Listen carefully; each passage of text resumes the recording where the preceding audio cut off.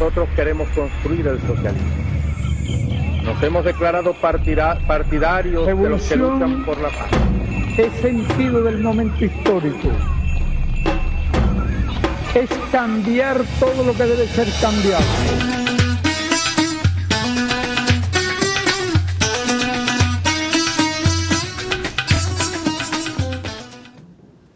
Bienvenidos, camaradas, usuarios y usuarias, a una jornada más de formación, de debate, aquí en la Escuela de Cuadros.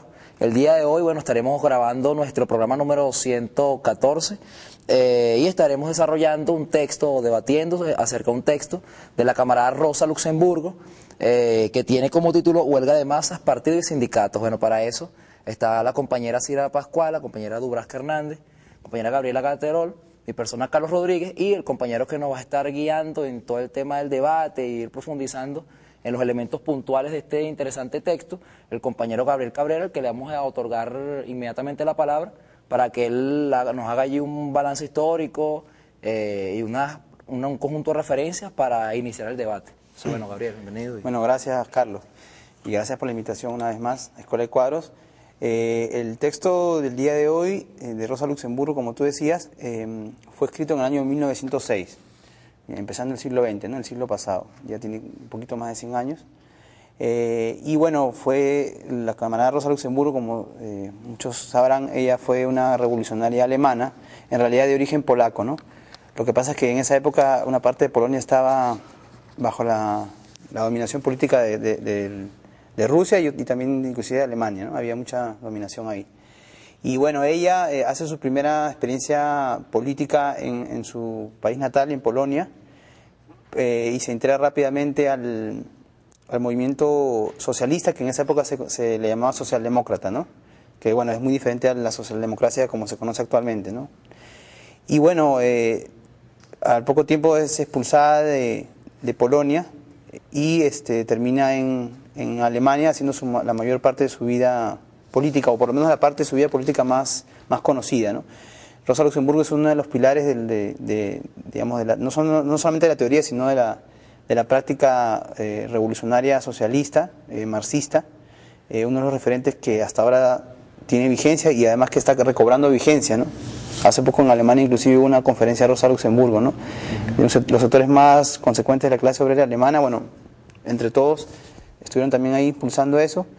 Y bueno, ella escribe este texto empezando el siglo XX, cuando se había producido la experiencia de la primera revolución rusa, que fue la revolución de 1905, y que para esa época significaba pues todo un nuevo experimento de lucha revolucionaria por las cosas inéditas que había tenido esa revolución. Sabemos que la revolución rusa de 1905 fue además la preparación, el antecedente inmediato de las dos revoluciones rusas del año 17, ¿no? La revolución de febrero y la revolución socialista proletaria de octubre, ¿no? Entonces de ahí la importancia también del texto y además la forma en que ella aborda el tema de la huelga de masas, como le llaman, como uno de los principales instrumentos de lucha proletaria, popular, revolucionaria, ¿no? Y el papel que tiene en ese campo el partido y los sindicatos. Para comenzar yo tenía una pregunta, luego iremos seguramente a una cita o quizás unas precisiones. Me parece que es importante que básicamente Rosa Luxemburgo en este momento en el que se da, podríamos decir, la primera revolución obrera dirigida por la clase obrera, porque se da anteriormente en el siglo XIX la Comuna de París, pero aquí realmente la dirección es una dirección plenamente de carácter obrero, ¿no? Entonces, Rosa Luxemburgo, como Lenin, deciden que es fundamental estudiar este momento, esta experiencia un año después y asumen este proceso de investigación para la transformación a futuro en la práctica revolucionaria. A menudo se dice que Rosa Luxemburgo y Lenin tenían como dos visiones diferentes o incluso antagónicas, lo cual es un error, y podemos ver que a partir de su interés común en este momento comparten un análisis. Bueno, también ambos fueron muy críticos del oportunismo. Ahora, tanto Rosa como Lenin a partir de esta experiencia de 1905, abordan el estudio de la realidad y de la transformación desligándose de los esquemas mecanicistas. Un esquema mecanicista que se había establecido hasta el momento es que la huelga de masas no era la vía para la revolución, o no era una de las vías para la revolución, porque Engels lo había escrito unos años antes, en un momento determinado. Entonces me parece importante a mí resaltar en cuanto a este texto que ella se desliga de los esquemas mecanicistas y que es un análisis que surge después de esa primera revolución. Entonces, allí subrayar esto, y luego también subrayar, me parece que es importante, que evidentemente toca la cuestión de la huelga de masas, pero que quizás el eje fundamental en nuestro contexto sería, además de la importancia de la huelga de masas en un momento revolucionario, la cuestión de la dirección revolucionaria, la cuestión del espontaneísmo, en qué momento surge una movilización espontánea, y quién es el sujeto de la revolución, ¿no? Que el proletariado es el sujeto de la revolución. Si nos puedes aportar un poquito en ese en relación a estos temas. Sí, mira, empezaremos por una de las cosas que planteaste, que es importante, ¿no? Rosa Luxemburgo, de una u otra manera, entre comillas, cuestiona o pone a prueba una frase o una declaración que había hecho Federico Engels unas décadas antes, sobre la inviabilidad de la huelga de masas, pero en el sentido de que fuera el instrumento final para la revolución. ¿Por qué? Porque justamente los anarquistas, la corriente anarquista, que se había desarrollado también paralelamente con la corriente socialista o marxista, planteaba la huelga de masas como, digamos, como el arma secreta o la fórmula para la revolución, ¿no?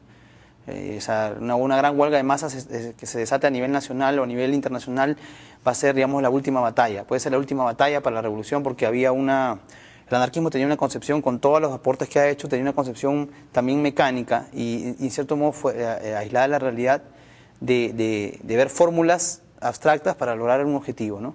Sin hacer un análisis concienzudo, un análisis exhaustivo de la realidad, que ese es el fundamento en realidad del marxismo, ¿no? El análisis concreto de la situación concreta, como decía Lenin. Entonces, en ese debate Engels plantea eso, ¿no? Y Rosa Luxemburgo pone a prueba esa afirmación de Engels unas décadas después, como decías tú, ante la experiencia de la Revolución Rusa, la primera Revolución Rusa, que había hecho de la huelga de masas un instrumento muy útil para la clase obrera, ¿no? Y además debatiendo con la socialdemocracia alemana, o sea, el socialismo alemán del momento de Rosa Luxemburgo, que negaba la huelga de masas, negaba toda posibilidad de la huelga de masas, ¿no? Aunque también había otra corriente de la socialdemocracia que, igual que los anarquistas, ponía a la huelga de masas como la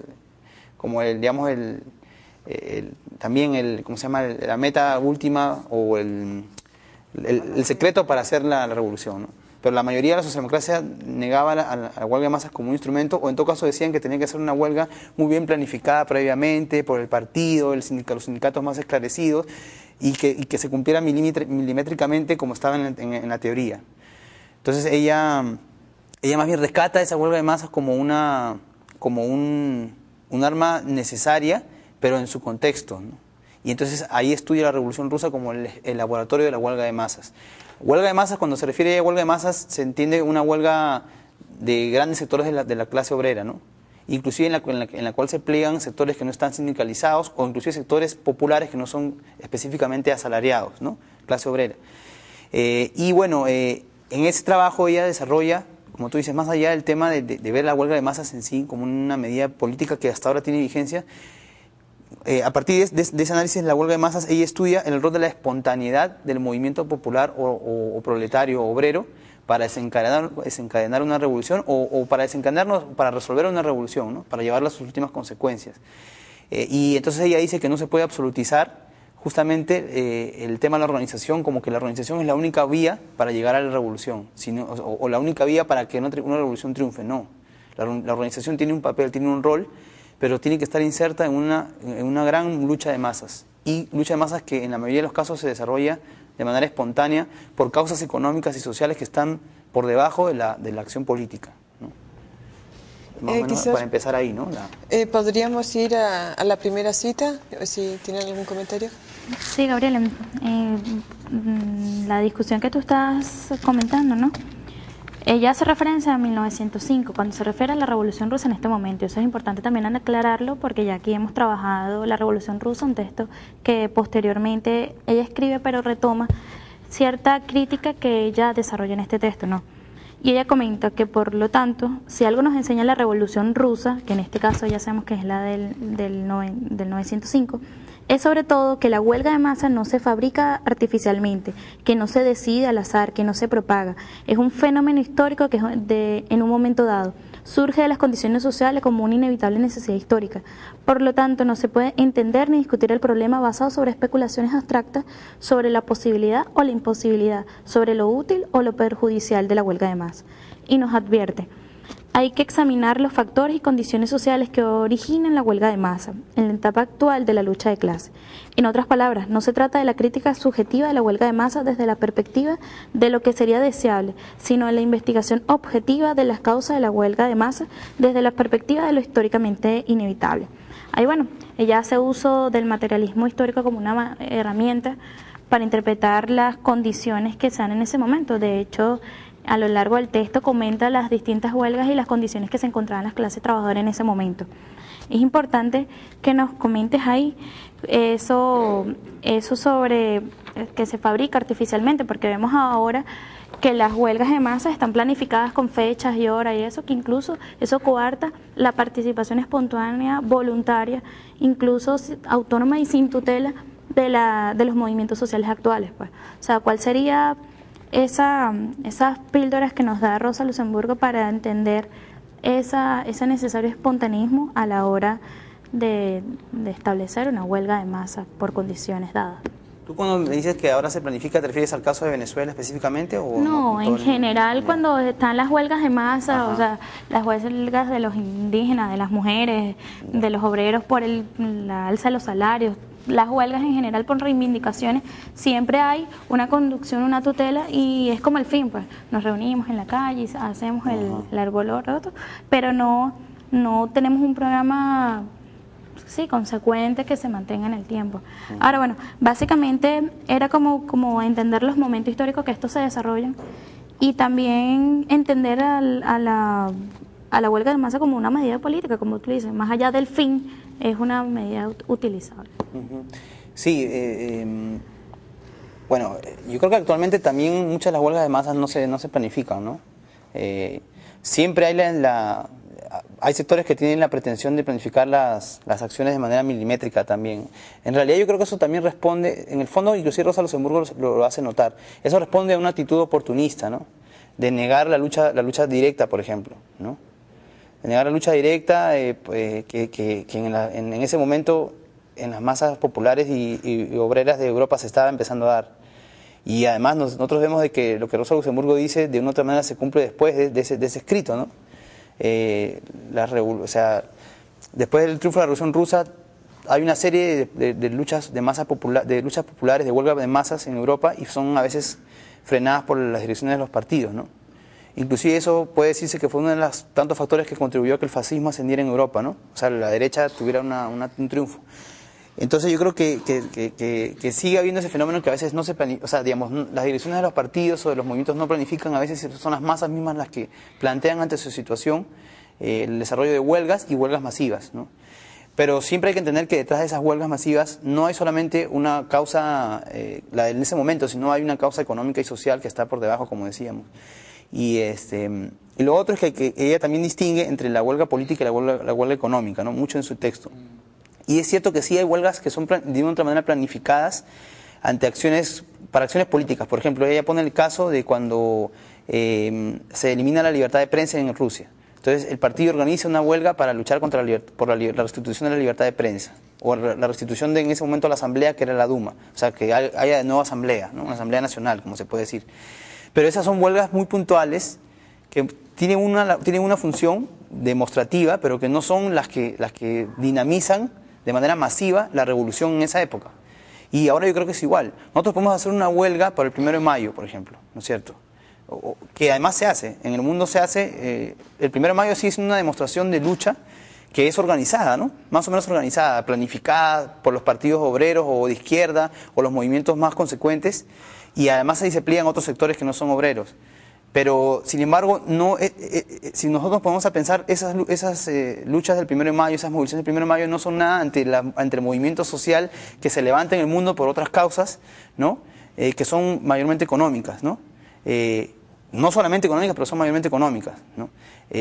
O reivindicativas, la lucha salarial, la reducción de la jornada laboral, la lucha contra inclusive algún tipo de agresión al medio ambiente que afecta a una comunidad de manera puntual, etcétera, ¿no?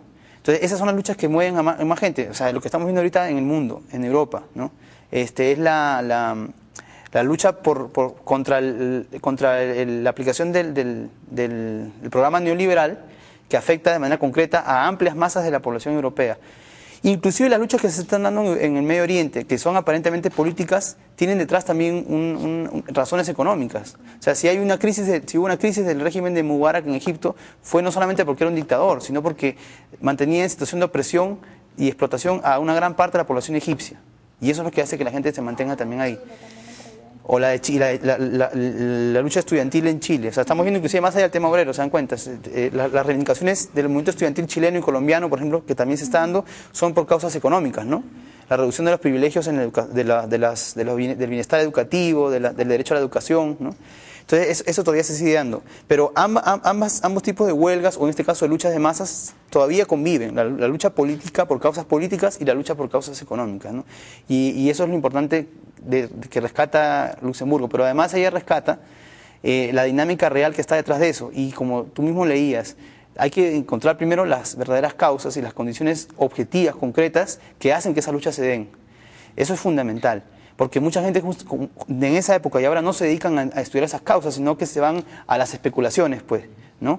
De si va a salir bien o no, porque no está bien organizada, porque no es el partido el que está adelante o porque el partido no ha tenido el suficiente mandato. Inclusive en la época de Marx, se sabe que Marx y Engels dijeron al principio que la Comuna de París era una lucha prematura para el pueblo de París y de Francia. Sin embargo, inmediatamente se pusieron en su defensa y en su promoción, porque sabían que, bueno, ya el pueblo se ha lanzado y por algo será. Y estudiaron las causas de la lucha de la Comuna de París, ¿no es cierto? No se dedicaron solamente no, eso es una lucha infantil, ¿no?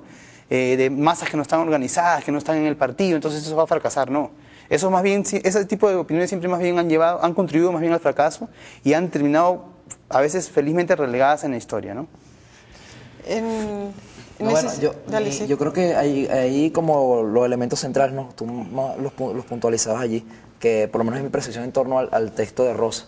Es por un lado, que nosotros lo hemos visto en la historia contemporánea de Venezuela, tal vez puedo ir revisando el tema de la espontaneidad de las masas, pero como, o sea, es el vínculo masa o organizaciones de masas o pueblo como tal, sectores explotados, y el partido. Y muchas veces vemos que los partidos terminan estando relegados. ¿Por qué? Porque no hay un análisis concreto de esa realidad concreta y por lo general terminan haciendo lecturas totalmente erróneas y ciertamente la espontaneidad de las masas se pone al frente y no como un elemento, no te podemos decir que es positivo o negativo, sino que hay que valorarlo en su justa medida en torno a los alcances, pero que ciertamente el partido pues como elemento podemos decir importante dentro de este conjunto de movimientos. Yo creo que un poquito como la crítica central que hace ella es el vínculo o la inexistencia tal vez del vínculo entre estos sectores, de alguna otra forma son los sectores explotados que luchan por sus reivindicaciones, y la organización que se supone debería ser el partido que de alguna u otra forma esté acompañando ese conjunto de lucha de los trabajadores. Yo creo que como que esa dicotomía pues que existía allí y que nosotros vemos como en Venezuela, eso ha estado relegado. Si nosotros revisamos, el 89 fue una movilización espontánea, pero los partidos de los trabajadores que existían en ese tiempo, las organizaciones de base que existían en ese tiempo, que se suponía tenían que asumir un papel dirigente o un papel de conducción, de acompañamiento, estaban totalmente desdibujados el panorama político y los agarró por sorpresa ese movimiento popular. Entonces es como hay por el mismo dogmatismo incluso que está inserto en estos sectores, no se comprende el elemento de la realidad y está totalmente alejado, pues, ¿no? No sé si... Sí. De hecho, yo querría aportar algo en relación a lo que dice Carlos. Básicamente, allí Rosa examina la acción espontánea y su vínculo con la dirigencia, ¿no? La necesidad de un vínculo con la dirigencia. Desde una dirigencia partidista no se puede imponer el modo de lucha. Por ejemplo, no se puede decir, no, sí, la lucha armada sí o la lucha armada no. No, son las condiciones y la clase la que determina cómo va a luchar. Entonces, la dirección se debe plegar a la comprensión de las masas de cómo hacer la revolución, pero también debe liderarla, y en ese sentido yo creo que el ejemplo del Caracazo es fundamental. ¿Qué hacer? La dirección comunista en aquel momento no supo qué hacer y por lo tanto en aquel momento no se concreta en un cambio revolucionario, aunque posteriormente sí incide en un cambio importante. Entonces, a mí me parece allí importante esta cuestión entre el motor espontáneo, que es la clase trabajadora, y su relación con las formas de lucha, las formas de lucha que asume esa clase trabajadora y la dirección del partido. Entonces, si pudieses tocar allí un poquito ese tema. Desarrolla también en este texto mucho Rosa Luxemburgo, ¿no? Porque justamente está en el debate con la socialdemocracia, ¿no? Sobre todo la alemana. Pero entonces ella dice que más que convertirse en un diseñador técnico de las luchas, técnico en el sentido de que tiene que hacer la lucha así, así, así, por estos pasos, y entonces si no seguían así, no va a salir. No, ella dice que el rol del partido y de los sindicatos más esclarecidos es sumarse a la ola de las luchas, porque además han entendido sus causas, ¿no? Y sus posibles consecuencias, y a la hora de sumarse es direccionar políticamente, dice, ¿no? Esclarecer políticamente, digamos, por dónde van los tiros, por dónde va o sea, cuáles son las consignas que hay que lanzar, cómo lanzarlas en cierto sentido, pero no imponiéndola previamente, ¿no? Y además no cuestionándola si es que se desborda o que si va por otro lado, sino que entenderla y direccionarla en ese sentido, ¿no? Inclusive ella dice, en un momento dice, hay que esclarecer a la clase trabajadora, a ellos, o sea, hay que ayudar a esclarecer a la masa trabajadora por qué lucha y además hacia dónde hay que ir, ¿no? Además, ¿cuáles van a ser las consecuencias de su lucha? Ahí está, eso es lo que ella plantea. ¿Cuáles van a ser las consecuencias de la lucha? Porque una lucha revolucionaria, por ejemplo, hay diferentes momentos de la lucha. Hay momentos en que la lucha se vuelve revolucionaria, va a tener consecuencias, va a tener perspectivas diferentes a un momento, un periodo en el cual la lucha es meramente acumulación reivindicativa, o sea, luchar por medidas concretas, medidas puntuales, ¿no es cierto? Cuando hay un momento revolucionario, un auge revolucionario, entonces lo que está al frente ya es otra cosa. Entonces, miren, si nosotros hacemos tal cosa, puede pasar tal cosa, ¿no? Y lo que ustedes mencionan del Caracazo, ¿no? Yo creo que ahí se abrió un momento, no sé si revolucionario, yo sí creo que se abrió una etapa revolucionaria, ciertamente. Lo que pasa es que la etapa revolucionaria que se ha abierto no es tan simple como a veces se pretende, ¿no? Puede tener idas y vueltas, pero se abrió una etapa revolucionaria o una posibilidad de una etapa revolucionaria. Y ahí faltó esa dirección. Sin embargo, de otra manera se ha venido tratando de entender el fenómeno y hay mucha gente que plantea ya, bueno, miren, como empezamos este problema en 1989, ya no podemos dar marcha atrás. ¿Hacia dónde tenemos que ir? Entonces el pueblo venezolano nos hemos ido esclareciendo, ¿no? En ese sentido. Y entonces yo creo que ahí también es importante el rol del partido, ¿no? El rol del partido es ese, ¿no? Cuando está la lucha revolucionaria ya, tratar de dar una dirección política, no una dirección técnica de cuál es el método más adecuado y descartar el otro porque el partido lo decidió en un congreso o en una reunión, etcétera, o porque nosotros somos más cultos que los otros, porque también ella señala mucho, Rosa Luxemburgo, cómo se menospreciaba a los sectores obreros que no estaban organizados, ¿no? Que no estaban dentro del partido, no tenían la formación marxista, por ejemplo. Y eso todavía se da ahora. Inclusive ahora que estamos en un momento de la recuperación del movimiento revolucionario, todavía hay esas actitudes, ¿no? Decir, no, bueno, nosotros los marxistas somos los más arrechos, los que tenemos mejor claridad, entonces los demás tienen que ir a la cola porque son los más los menos esclarecidos. Y en el momento de la ola revolucionaria, la misma dinámica histórica hace que muchos de esos sectores sean los sectores menos organizados o menos educados, al final sean los más resueltos en la lucha, ¿no? Eso es una de las trampas de la historia, ¿no? Que ella señala también con mucha ironía, ¿no?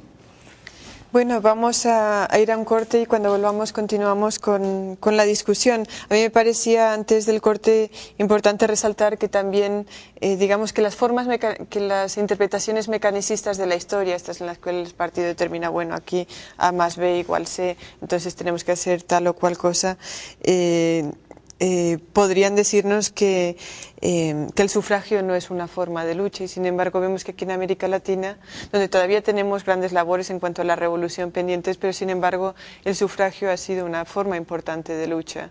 Entonces el texto de Rosa sería un texto que nos ayudaría a comprender que en diferentes momentos se van a abrir diferentes posibilidades en cuanto a formas de lucha.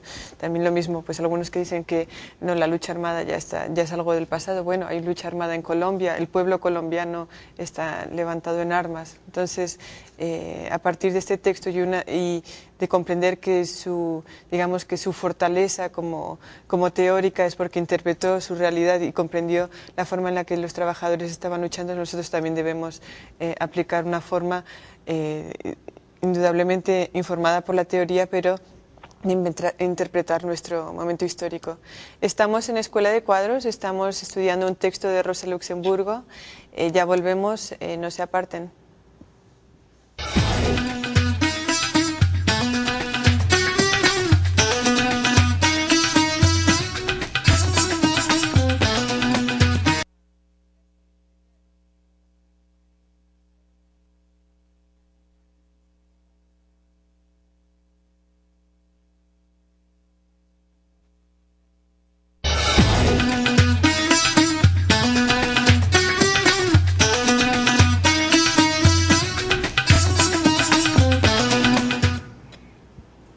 Estamos de vuelta con su programa Escuela de Cuadros, tratando un texto de la camarada Rosa Luxemburgo, que tiene como título Huelga de masas, partido y sindicatos. Entonces, un poco la compañera Gabriela va a leer una cita y en torno a ella vamos a retomar el debate que dejamos en la primera parte. Sí, bueno, vamos con la segunda cita. Dice así. Además, la iniciativa y la dirección conscientes tropiezan con límites muy definidos. Durante la revolución le resulta extremadamente difícil a cualquier organismo dirigente del movimiento proletario calcular y prever las oportunidades y los factores que pueden conducir a una explosión. Aquí también la iniciativa y la dirección no consisten en impartir órdenes según los propios deseos, sino en la adecuación más hábil a la situación y dada el contacto lo más estrecho posible con el estado de ánimo de las masas. El elemento de espontaneidad, según ya lo hemos visto, juega un gran rol en absolutamente todas las huelgas de masas en Rusia, ya sea como fuerza impulsora o influencia frenadora. Ello no se debe a que la socialdemocracia todavía sea joven o débil.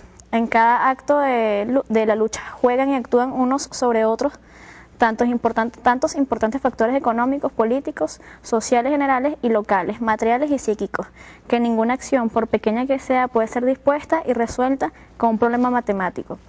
La revolución, aun cuando el proletariado con los socialdemócratas a la cabeza, juega en ella el rol dirigente con los socialdemócratas, no es una maniobra que efectúa la clase obrera a campo abierto, sino una lucha liberada en medio de incesante resquebrajamiento, cambio y derrumbe de los cimientos de la sociedad. Entonces, bueno, respecto a eso, pudieron surgir allí algunas dudas respecto a, si el partido, o cuál debe ser el rol que debe jugar el partido en principio en la huelga o en las organizaciones de las masas, que, pueden ser espontáneas o no. Y también un poco cuál debe ser, o sea, si todos y todas en una huelga o en organizaciones deben estar o deben tener una conciencia, clara, o si, por el contrario, más bien, el partido, cuál es el papel que juega, si es de dirección, siendo humildes o criticar, como, ha pasado en muchos casos. Un poco ahí saber tu opinión.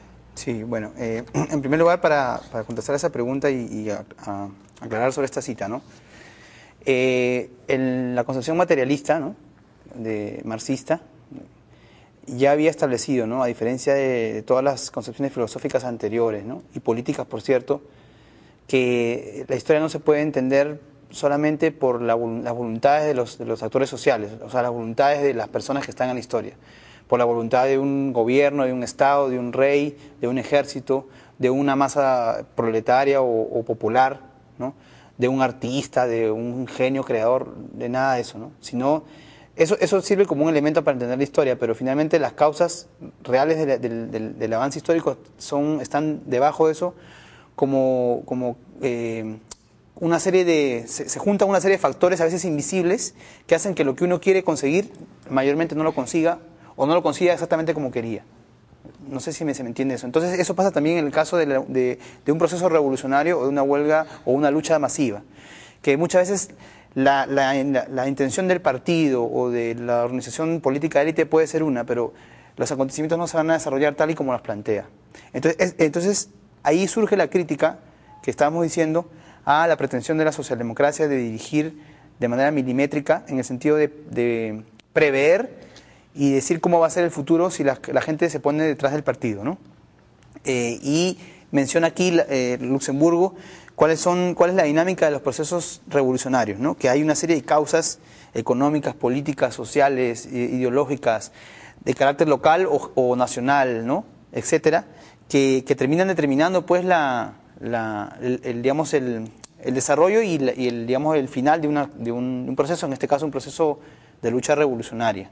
Entonces, ¿cuál es el rol del partido ahí, no? También lo decíamos, no es prever eso de manera abstracta, sino es sumarse a esa ola, además empatar con el sentimiento popular, obrero, estudiantil, campesino, etcétera, barrial, y a partir de ahí, de ese empate con ese sentimiento, direccionar, solamente a partir de ahí, ¿no?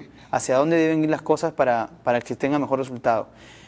Aún inclusive así, direccionando en ese sentido, no hay garantía de que las cosas van a pasar como el partido lo quiere. El partido tiene que tener capacidad de adaptarse a a cómo se va dando el movimiento obrero popular, ¿no? Para, obviamente, finalmente llegue al norte socialista, ¿no? O comunista, ¿no?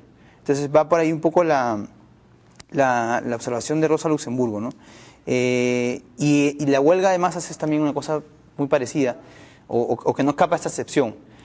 Inclusive ella demuestra cómo las huelgas de masas que se dieron en Rusia en esa época, y creo que esa es la historia de todas las huelgas que han habido en el mundo moderno, incluyendo las de América Latina y ciertamente de Venezuela, no empiezan cuando se cree que van a empezar y ni terminan cuando se cree que van a terminar, y además no terminan como se creía que iban a terminar. No termina porque una persona dictamina, bueno, hasta aquí nomás luchamos porque yo soy del Partido Socialista Unido de Venezuela, del Partido Comunista de Venezuela, o cualquier organización política revolucionaria, y digo, no, ya, los trabajadores tienen que parar la huelga porque ya sabemos que si mañana no paran la huelga, entonces el patrón nos va a perjudicar. No, eso tú puedes influir en eso, pero la misma lucha de clases va a determinar cuándo un sector obrero va a decir hasta aquí nomás llegamos. Ahí tienen que ver muchos aspectos. Tiene que ver, por ejemplo, el tema de si ya no hay cómo alimentar al obrero en huelga, por ejemplo. Tiene que ver como si hay una represión, que mencionábamos también fuera de cámaras, si la represión es muy fuerte.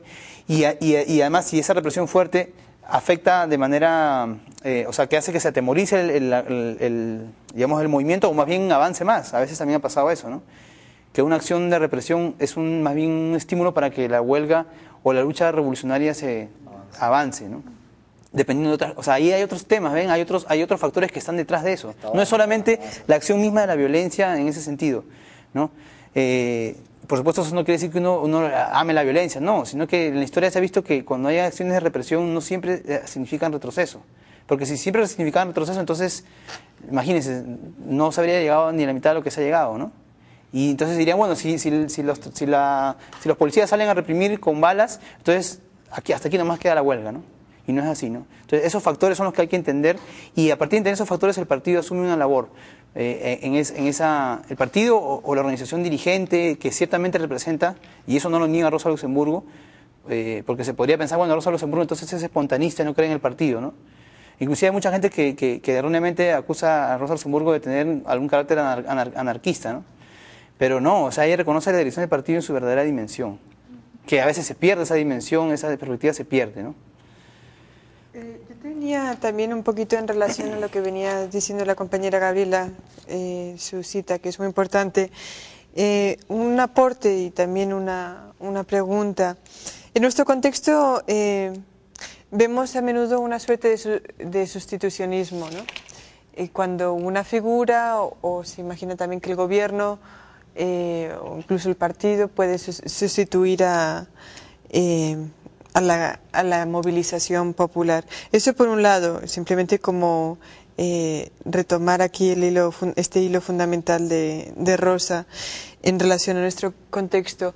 Y no solamente en relación a nuestro contexto, también cuando a veces se analiza, por ejemplo, el hecho de las huelgas en Grecia, por ejemplo, las movilizaciones populares y obreras en Grecia. En realidad, a menudo eso se presenta en los medios, incluso en los medios, digamos, nuestros medios, como si fuesen como si fuese terrible que la gente está en la calle. De hecho, es maravilloso que los griegos están en la calle, que los trabajadores griegos están en la calle, porque eso implica que hay una organización de la clase obrera. Eso, por un lado, también vincular eso a otra reflexión que hace Rosa Luxemburgo en relación, y sí creo que está vinculado a la cuestión del sustitucionismo, al proteccionismo en relación a las instancias democráticas, ¿no? Dice Rosa Luxemburgo que la socialdemocracia, digamos que hace un llamado de atención a que la clase obrera no se levante porque tenemos que proteger las instancias democráticas que existen. Eso me parece que es importante en nuestro contexto, porque indudablemente se han dado grandes avances en este proceso, que es un proceso inherentemente democrático, pero eso no quiere decir que la única forma y la única vía para avanzar en este proceso sea dentro de las instituciones democráticas que existen. No sé si podrías mencionar algo en este sentido, llevándolo quizás al texto. Sí, bueno, en primer lugar hay que llamar la atención que las instituciones democráticas no solamente son las instituciones de la democracia representativa, que de una u otra manera todavía no se ha terminado de superar aquí. Si bien es cierto, hay esfuerzos para ir a otro tipo de democracia. Justamente, partiendo de esos esfuerzos que se quieren hacer, o se están empezando a hacer, hay que entender que democracia también es una asamblea popular en la calle. Y el caso de Grecia que tú mencionas lo ha demostrado, porque ahí sí hay un gobierno pues totalmente antidemocrático, ¿no es cierto? Entonces, eso curiosamente ha potenciado la democracia directa en la calle, que aquí está de una otra manera, en cierto modo, un poquito letargada, ¿no? Hay que reimpulsarla otra vez. Entonces, y llevarla a su término verdadero y final, ¿no? La democracia popular, la democracia directa, la democracia protagónica, ¿no? Es eso, ¿no? Ese tema ya hemos hablado en otras ocasiones aquí, ¿no?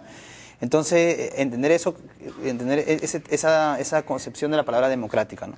Ahora, ciertamente es cierto, hay un sustitucionalismo, se sustituye, perdón, disculpen la lapsus, se intenta sustituir la lucha concreta en las calles por, digamos, la acción del gobierno, ¿no? Y entonces ahí ¿cómo se dice? Se pone más débil, ¿no? Se pone más débil, se aletarga la lucha, que es la que la lucha en las calles dinamiza, ¿no? No se trata solamente de, no, si no estamos en las calles no estamos luchando, no, por supuesto que hay muchas instancias de lucha. Tú mencionaste las formas de lucha y nosotros hablábamos también, también fuera de cámaras, cómo Rosa Luxemburgo toca todas las formas de lucha de su época con total naturalidad, ¿no? Y entonces yo creo que no se trata de decir solamente en las calles está la lucha, no, pero la lucha en las calles, la lucha concreta, la lucha, digamos, de confrontación real con el capitalismo, con el capital, dinamiza un proceso revolucionario. Es necesario, es imprescindible, ¿cierto? Y no se trata solamente de conducirlo hacia donde sea políticamente correcto, ¿no es cierto? O sea, no se trata de impulsarlo, ¿no? Como dice Rosa Luxemburgo, el partido tiene el papel de impulsarlo, de estar ahí en esas luchas, ¿no? El Partido Socialista tendría que estar en las luchas. Bueno, yo lo digo como una opinión, por supuesto, ¿no? No quiero tampoco pretender dar digamos, las reglas para el partido, quién soy yo, y creo que eso es una cosa que se construye colectivamente, pero no, yo tengo la opinión de que el partido tendría que estar también en esas luchas callejeras concretas, ¿no es cierto? Que son enfrentamientos que se están dando además ahorita en Venezuela, porque hay un contexto concreto de enfrentamiento al capital. La gente ha despertado por lo menos un sector del pueblo venezolano ha despertado y ya sabe de qué se trata más o menos, ¿no es cierto? Además, la lucha misma le ha enseñado, ¿no? Le ha enseñado que la lucha misma diaria contra el capital, contra el patrono, por ejemplo, en este caso, le ha enseñado por dónde van los tiros, ¿no? Por dónde va la cosa, y entonces esa es la mejor escuela, lo que también decíamos, ¿no? Que vamos a tratar ahorita también. Entonces, si no se impulsa esa lucha, si no se revitaliza permanentemente, se pierde un poco el ritmo y la perspectiva también, ¿no? En cierto sentido, ¿no? Sí, bueno, yo creo allí bueno, reivindicando algunas cosas que ya tú has comentado, que tal vez, bueno, ciertamente se coloca como centro en el debate, pues Rosa, el elemento de la huelga, pero que no necesariamente es ese como el único ámbito, sino que eso se puede traspolar al conjunto de todas las formas de lucha. Y que ciertamente estas formas de lucha no son imposiciones, pues, por ejemplo, que hacen los partidos, sino que son imposiciones propias de las condiciones sociales en las cuales se desenvuelve el movimiento. Entonces es imposible, por ejemplo, o no es lo correcto que un partido imponga determinada forma de lucha, ¿no?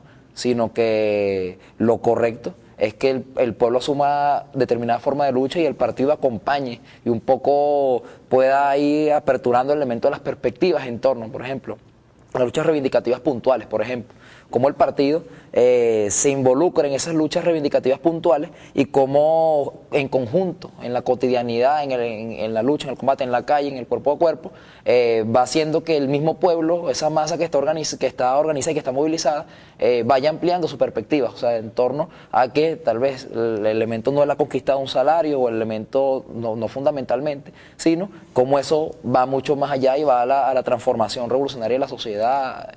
Y así algunos otros elementos. No sé un poco cuál es la valoración, si alguno de los compañeros quiere puntualizar algunas otras cosas. Sí, igual a mí me gustaría que desarrollaras un poquito, ¿no? Sobre el texto se trata sobre la huelga de masa y el partido qué papel juega en el partido en esta estrategia que se debe utilizar, ¿no? Y habla también sobre el partido como el ente catalizador que agudiza los pensamientos, impulsa incluso esas energías, pero también vemos un partido y que históricamente puede caer en ese vicio que coarte o frena el desarrollo de una huelga. Sabemos también como dos caras del papel del partido, pues, dependiendo también de los intereses que así se juegan. Y por otra parte, me gustaría preguntarle si ella plantea la huelga como una forma de lucha, que responde también a una confrontación de clases determinadas, pero esta forma de lucha responde a un desarrollo de las fuerzas productivas que por ende es el que condiciona las condiciones materiales de desenvolvimiento de la huelga. ¿Sí? Básicamente serían dos. Y bueno, dirigir la discusión básicamente como la huelga como una acción consciente de las clases trabajadoras, que eso también es un elemento que Gabriela lo rescataba detrás de cámara, como dice, y es necesario también mantenerlo ahí presente. Claro, y además también un poco el análisis de cómo... O sea, ya hemos hablado algo de la realidad venezolana, la realidad latinoamericana, un poco que una de las herramientas que hemos utilizado nosotros ha sido el tema del sufragio, ¿no? Entonces, aterrizando un poco lo que plantea el texto, quizá ya no como la huelga, sino el organizativo, concretamente en nuestro país. Ya. Bueno, voy a empezar por esa última parte, después voy al principio de la duda de ustedes, ¿no? La huelga sigue siendo vigente, como decíamos, ¿no? Sigue teniendo vigencia, es un arma indiscutible de lucha hasta ahora, ¿no? Por supuesto que no es autosuficiente, no es la única y muchas veces no es la más importante, ¿no? Pero es un arma fundamental y la huelga además se extendió más allá de la misma clase obrera, ¿no? Una clase trabajadora en sí, ¿no? Y por eso es importante entender su dinámica todavía actualmente, ¿no es cierto? Por ejemplo, Rosa Luxemburgo nos ayuda a entender un poco la dinámica que viene ocurriendo en Europa, ¿no es cierto? En el caso de Grecia, que es creo el más emblemático, ¿no es cierto? Por su fuerza, por su evolución además. Porque nosotros podemos pensar, bueno, uno puede decir, de aquí viene la revolución en Grecia, ¿no? Indiscutiblemente. Y otros pueden decir, no, eso está destinado al fracaso porque es una lucha meramente reivindicativa, ¿no es cierto? Entonces no es así, ¿no? Hay que tratar de entender las causas de la huelga, la historia del movimiento obrero griego. No se trata de tampoco ser un erudito en la historia de Grecia, pero indagar, bueno, ¿y qué pasó antes, no es cierto? En Grecia hubo una dictadura en una época, ahí también hubo un auge fuerte, se acabó, y ahora ha renacido por algunas razones. cuáles son las medidas que que ha aplicado el gobierno y el Fondo Monetario, ¿no? Lo que le llaman la troika. Todo eso nos ayuda a entender cómo se empezó la cosa y además qué actores están adentro, ¿no? Qué partidos, qué organizaciones sindicales, cuánto control tiene la clase obrera del asunto, cuánta dirección está dando en el sentido que lo dice Rosa Luxemburgo. No en el sentido de planear todo, sino en el sentido de direccionar. Eso nos ayuda a entender, quizá más o menos poder tener un panorama de hasta dónde puede llegar la huelga, ¿no es cierto? Hasta dónde, cuáles son sus límites o qué cosas hay que hacer para que sus límites sean superados. No se trata de decir, bueno, lo de derecha acaba en julio de este año. No. Sino trata de decir, bueno, si la cosa va por este lado, puede pasar esto. Si la cosa va por el otro lado, pasa lo otro. Entonces, la cosa tiene que ir por este lado. Más o menos lo que estábamos diciendo. Y yo creo que ahí está fundamental lo de la huelga. Y también en Venezuela, ciertamente. Se siguen dando huelgas y todo. Lo que pasa es que ahorita las huelgas más fuertes están en el sector, no más fuertes, sino las que tienen mejores resultados son en el sector privado, ¿no? Porque la confrontación con el sector privado es más clara, ¿no? Y además a veces inclusive el gobierno mismo pone trabas a las huelgas en su sector, hay que decirlo, ¿no es cierto? Entonces, por ahí yo creo que está ahorita la fuerza de la huelga en Venezuela, ¿no? Pero sería bueno que los partidos insisto, ¿no? Estemos involucrados en esos procesos de lucha. La lucha, y voy al otro tema que quiero adelantarme, la lucha es la mejor escuela, ¿cierto? Eso lo dice Rosa Luxemburgo aquí. Pueden haber miles de conferencias, programas formativos del partido, de las salas de batalla, de las patrullas de vanguardia. Se pueden dar esos procesos o no, porque a veces no se dan, también hay que decirlo, pero la mejor escuela para el pueblo de cualquier país, y en este caso por supuesto de Venezuela, ha sido además, en estos últimos años, ha sido la lucha concreta, desde el Caracazo para acá, y inclusive por supuesto antes del Caracazo, porque el Caracazo no surgió de la nada. Y en estos últimos años, ciertamente, los momentos más álgidos del proceso bolivariano han sido la mejor escuela para el pueblo venezolano. Entonces, y eso también Luxemburgo lo demuestra con hechos, ¿no?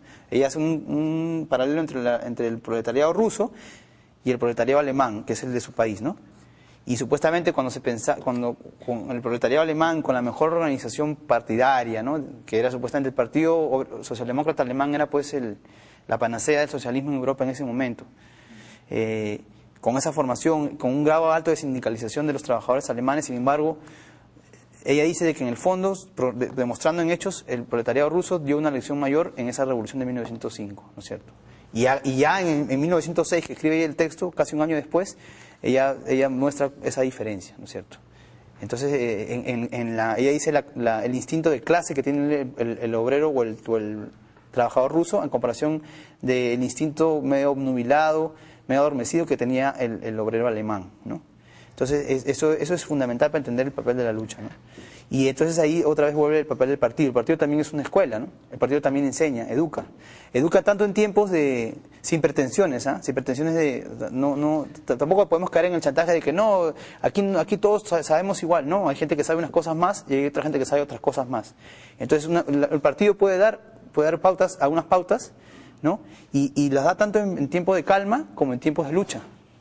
Pero en tiempos de lucha, las pautas que da el partido son más efectivas, porque la gente está probando en la lucha concreta, en la acción concreta, eso que te está diciendo el partido, ¿no? En este texto que, bueno, vamos a ir cerrando y quizás tú quieres subrayar algunas de las cuestiones fundamentales en el texto, pero yo quería mencionar que a menudo se referencian dos textos de Lenin que son textos fundamentales en relación a la cuestión de la organización, que son qué hacer y por dónde empezar. Esos, de todas formas, son textos que son previos a 1905, o sea, a esa revolución obrera. Entonces, como marxistas que referenciamos esos textos como textos básicos en cuanto a la organización de la clase obrera, yo creo que podemos suplementarlos con este texto que tiene un carácter en el cual se subraya el hecho de que el proletariado es realmente la clase trabajadora, los sectores populares son el sujeto fundamental, ¿no? Entonces, por un lado, hacer esa referencia a un texto básico de cualquier cuadro o dos textos básicos de Lenin y el beneficio de suplementarlos con esto.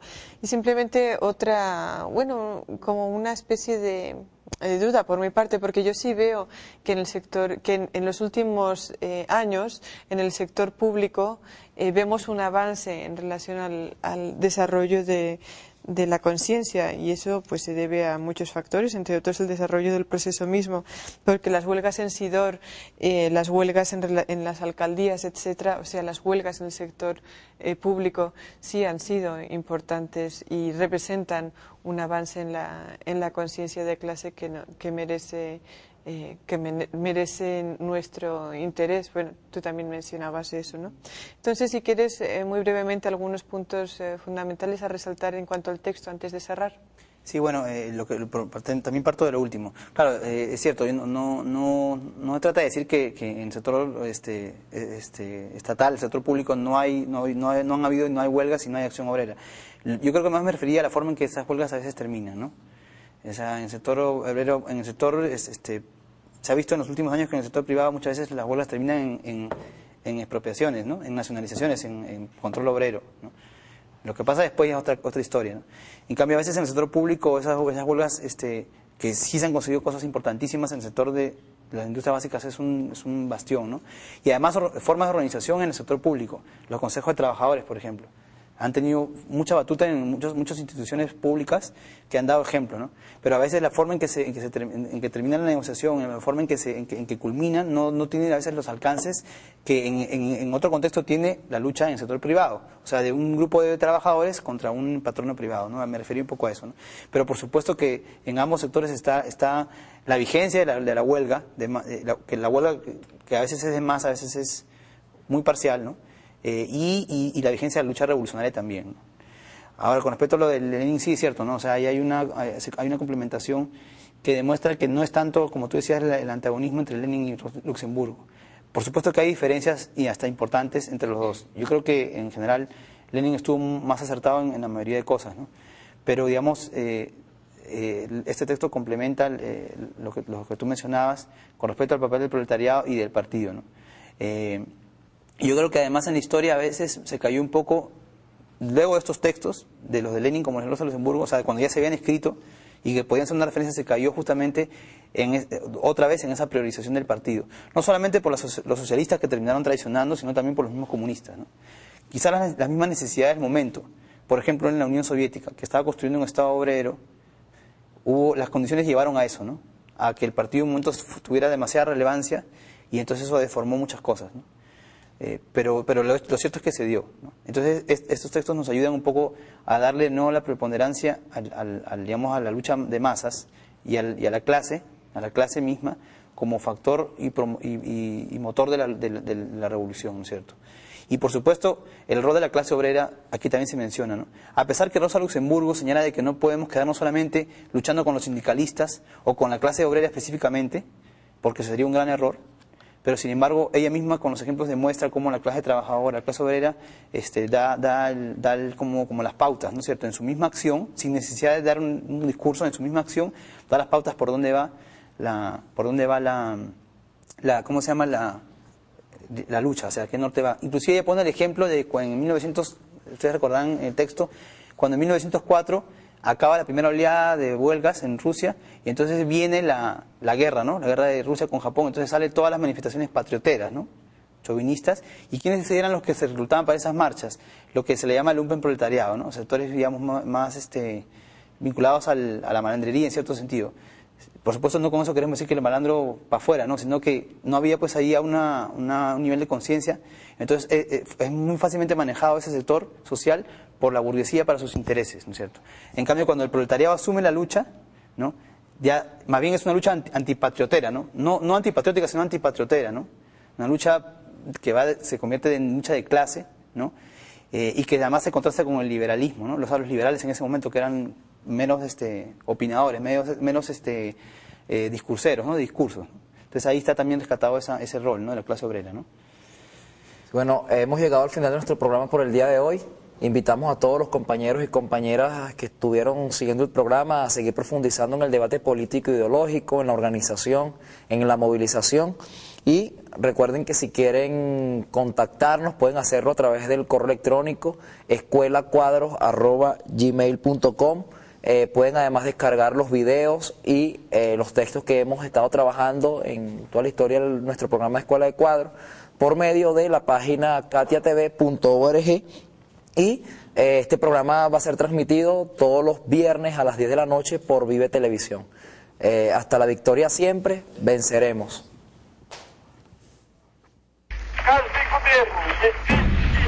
Nosotros queremos construir el socialismo. Nos hemos declarado partidarios de los que luchan por la paz. Es sentido del momento histórico. Es cambiar todo lo que debe ser cambiado.